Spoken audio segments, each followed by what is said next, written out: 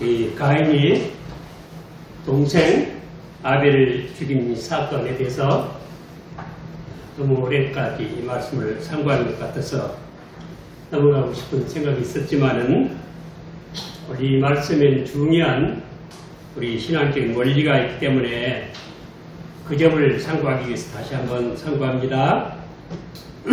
가인은 동생 아벨을 이렇게 죽였습니다. 그것도 제사 때문에, 가장 거룩한 일, 가장 선한 일 때문에 가장 악한 일을 저질렀습니다.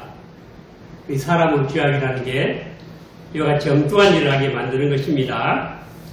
여기에 우리가 생각할 건 첫 번째로, 사람이 범죄했을 때 이 세상 재판관은 증거가 없고 증인이 없으면, 그리고 고발자가 없으면 그냥 넘어갈 수가 있지만은, 하나님은 증인도 없고 증거가 없어도 고발자가 없어도 절대로 이 사람은 인간의 죄에 대해서 묵과하지 않으신다는 점이고, 또 하나는 하나님은 의인이 흘린 피해에 대해서는 절대로 그냥 넘어가시는 법이 없다.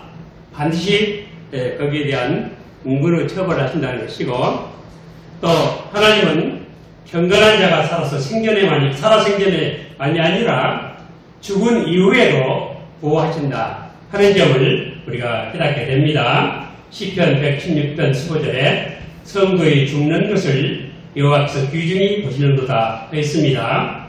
우리 하나님께서 귀중히 보시는 그런 죽음을 모두 죽게 해달라고 기도할 수 있기를 바랍니다. 오늘 본문 말씀에 이렇게 12절 한번 보시겠습니다.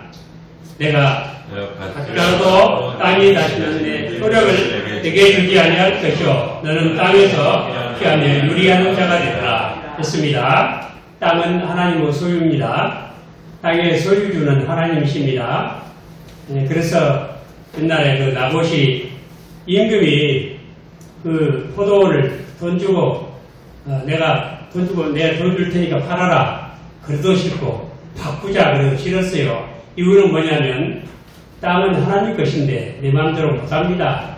바로 그렇게 고집을 부르다가 죽었죠. 바로 이것이 중요합니다. 그 미국의 월터 맥거리건, 월터 브루크먼이라는 그 교수는 그런 말을 했어요. 이스라엘 백성들이 땅이 내 것이라 그러면 땅이 없어지고 땅이 하나님 것이라 그러면 내 것이래요. 묘한 진리죠. 땅이 내 것이라 하면 그 땅이 없어진대요. 땅이 하나님 것이라 그러면 땅이 내 것이 된대요. 그런 책을 썼어요. 여러분들 우리 이와 같이 모든 세상의 것은 하나님 것이라는 것을 먼저 인정하시기 바랍니다. 근데 오늘 이 가인이 받은 벌이 형벌일까요? 징계일까요?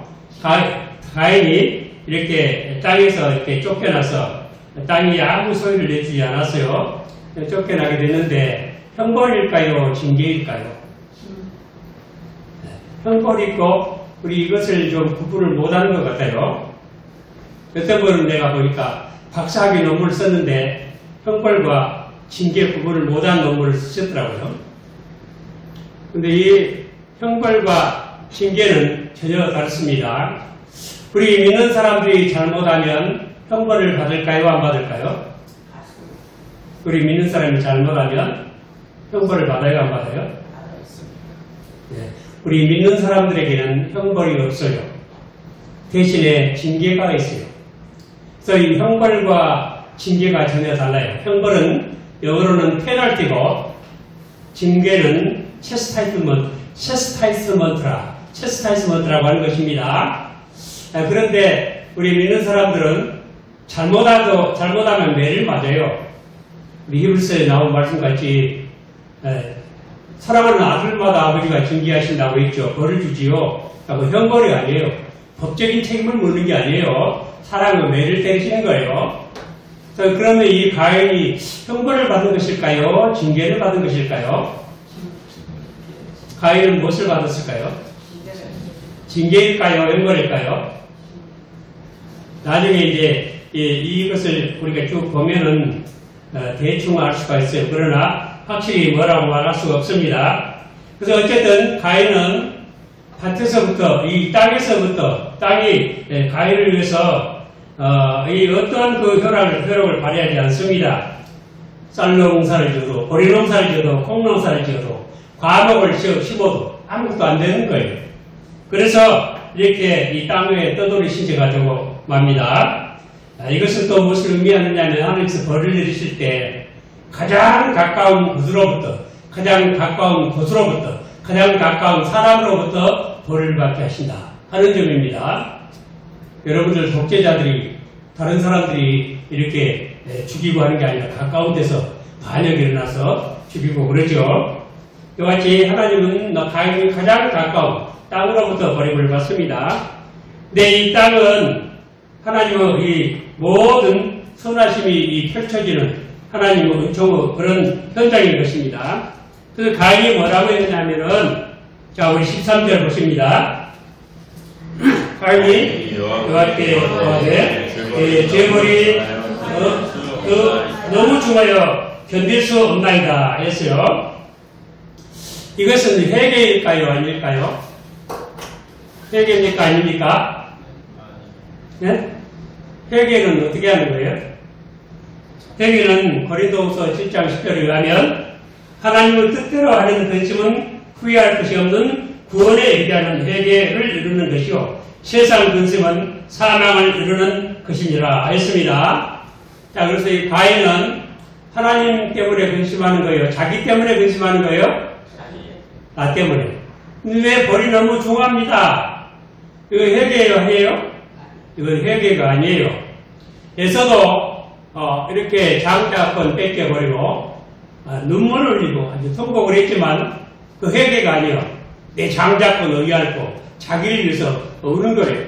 그 회개가 아닙니다. 나 때문에, 내가 지은 이 죄 때문에 하나님은 얼마나 슬퍼하실까? 하나님의 영광을 얼마나 쏟아받습니다. 하고 하나님 편에서 하나님 뜻대로 하는 근심만이 이렇게 회개인 것입니다. 가인은 그렇게 하지 않았습니다. 그런데 내 죄벌이 더욱 중하여 견딜 수 없나이다. 지금 가인이 받은 죄벌이 가장 중한 죄벌일까요? 어때요? 그 이상 더 중한 벌은 있을까요? 없을까요? 그 이상 중한 벌. 가인이 받은 벌보다 더 중한 벌이 있을까요? 없을까요? 있어요? 없어요? 있어요. 어떤 벌일까요? 영원한 지옥 형벌이 있어요.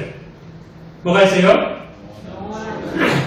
그러니까 땅에서 쫓겨나는 정도는 아무것도 아니에요. 진짜 더 중요한 벌이 있는데 아주 내 벌이 너무 중하다. 가인은 그렇게 말하고 있습니다. 요즘 어떤 사람들은 하나님은 사랑이신데 맞아요? 틀려요? 하나님 사랑이신 거 맞아요? 틀려요? 사랑이신데 사람들이 죄를 지어봤자 얼마 동안 시간적으로도 얼마 걸리지 않은 죄, 그리고 사람이 가볍게 지은 죄를 하나님이 그렇게 영원한 그렇게 중한 벌을 낼 수 있는가? 하나님은 사랑이신데 그렇게 말하는 사람이 있어요. 하나님 사랑이라는 어떤 감성의 호소를 하고 있어요. 그런데 하나님은 사랑만이십니까? 우리 하나님 속성 여러 가지 배웠죠. 하나님은 사랑만도 아니세요. 의로우심이고 엄의하심이에요. 로마서 11장 22절에 보면 하나님의 인자하심과 엄의함을 생각해봐라. 그 consider. 하나님은 그 kindness and sternness of God. 하나님은 아주 자비하시면서도 한편으로는 굉장히 엄의하세요. 그래 하나님은 사랑이시기도 하시고 아주 엄한 분이시기도 하십니다.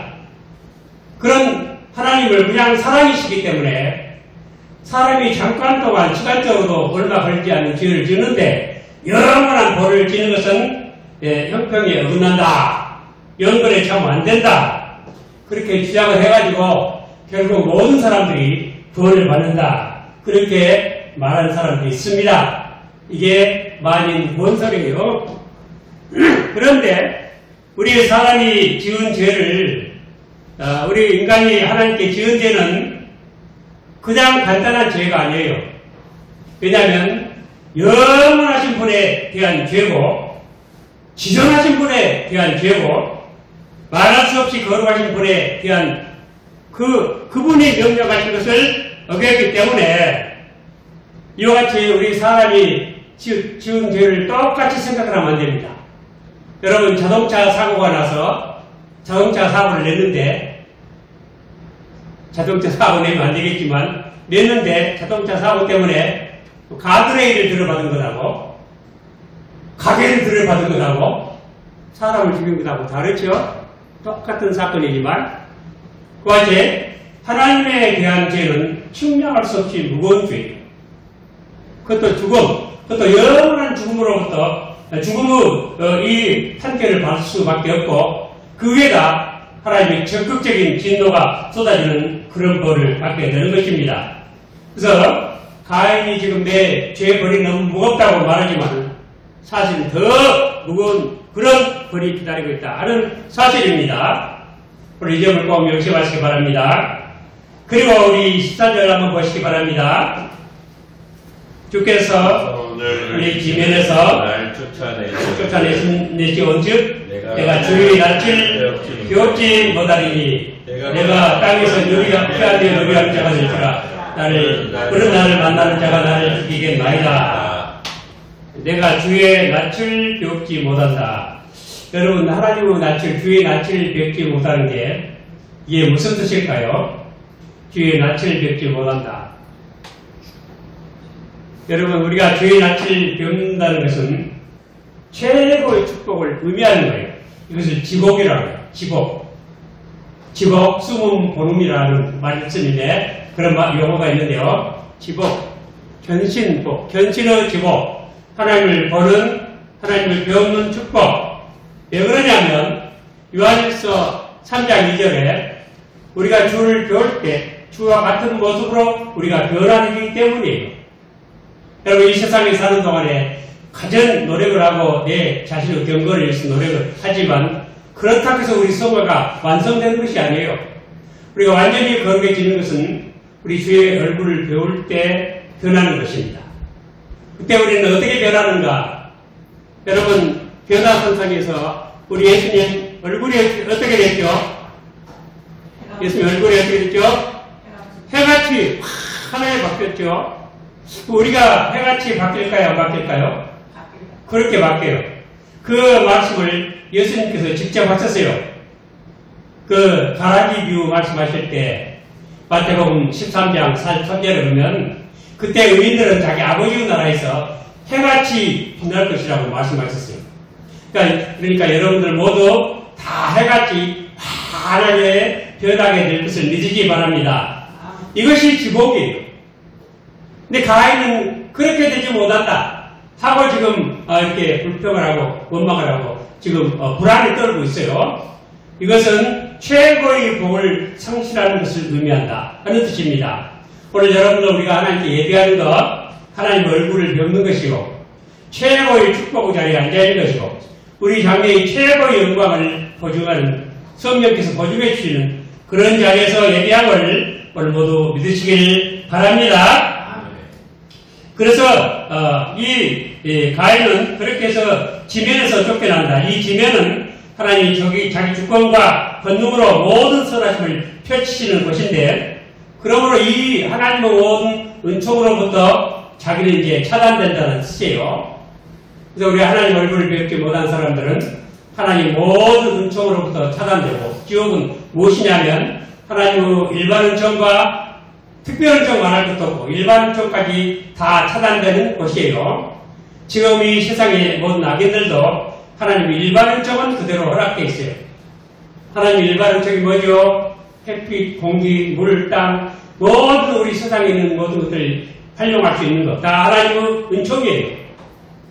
지금은 그런데 지옥에서는 이것이 차단되는 거예요. 이것이 우리의 고난이에요. 지옥에 물도 없고 공기도 없고 밥도 없어요. 아름다운 과실도 없어요. 배는 고픈데 목은 마른데 아무것도 없어요. 그것이 영원토록 계속된 그 위에 하나님의 적극적인 진노의 불이 쏟아져요. 얼마나 고통스럽겠습니까? 주의 낯을 뵙지 못한 자는 그렇게 되는 거예요. 여러분, 우리는 항상 주의 낯을 뵙는 그 자리에 있는 것을 감사하시고 절대로 이 특권을, 이 영광을 뺏기는 일이 없기를 바랍니다. 마지막으로 15절 말씀 봅니다. 여호와께서 그에게 이르시되 그렇지 않다. 가인을 죽이는 자는 그를 실패라 받으리라 하시고 가인에게 표를 주사 만나는 누구에게든지 죽임을 면하게 하시니라 했습니다. 그 표가 무엇인지 아는 사람은 아무도 없습니다.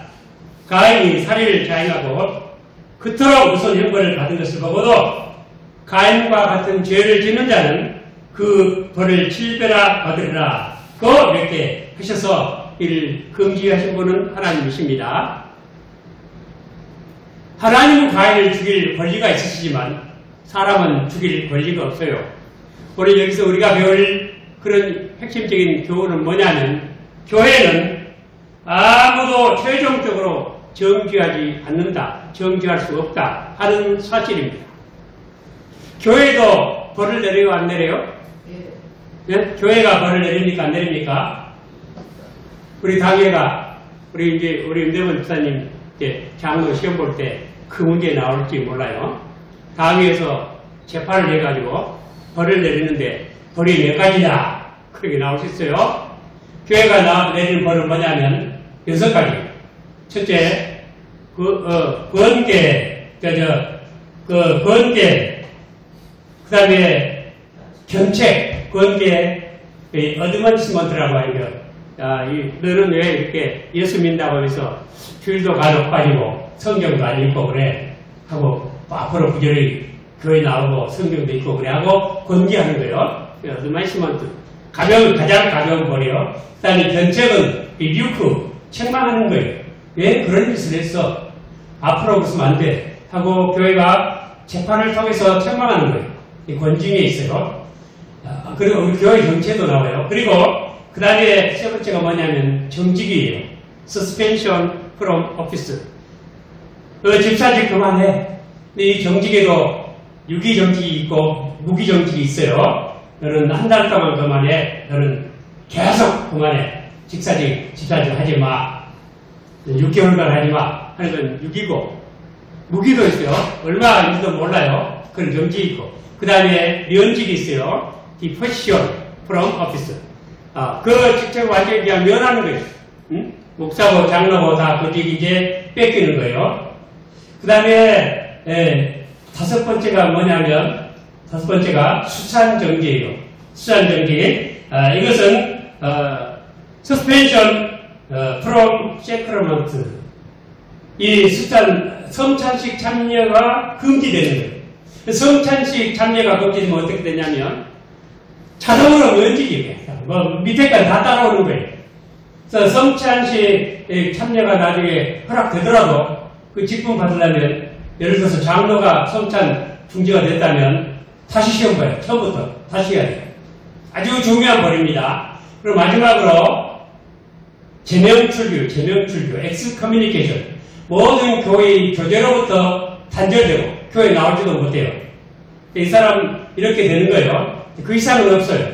근데 제명출교를 하는 사람은 어떻게 하냐면 너는 제명출교 됐으니까 지옥에 가라! 그런 뜻이 아니에요. 이런 죄명을 가지고 그 아래서 회개하라는 뜻이에요. 그래서 이 사람이 회개할 수 있어요? 없어요? 회개할 수 있죠? 그러면 다시 교회에서 불러가지고 다 그 회개의 여부를 묻고 다시 예배를 통해서 다시 받아들이는 거예요. 교인으로서. 이렇게 권계, 견책, 정직, 연직, 그 다음에 수산정직, 제명출교.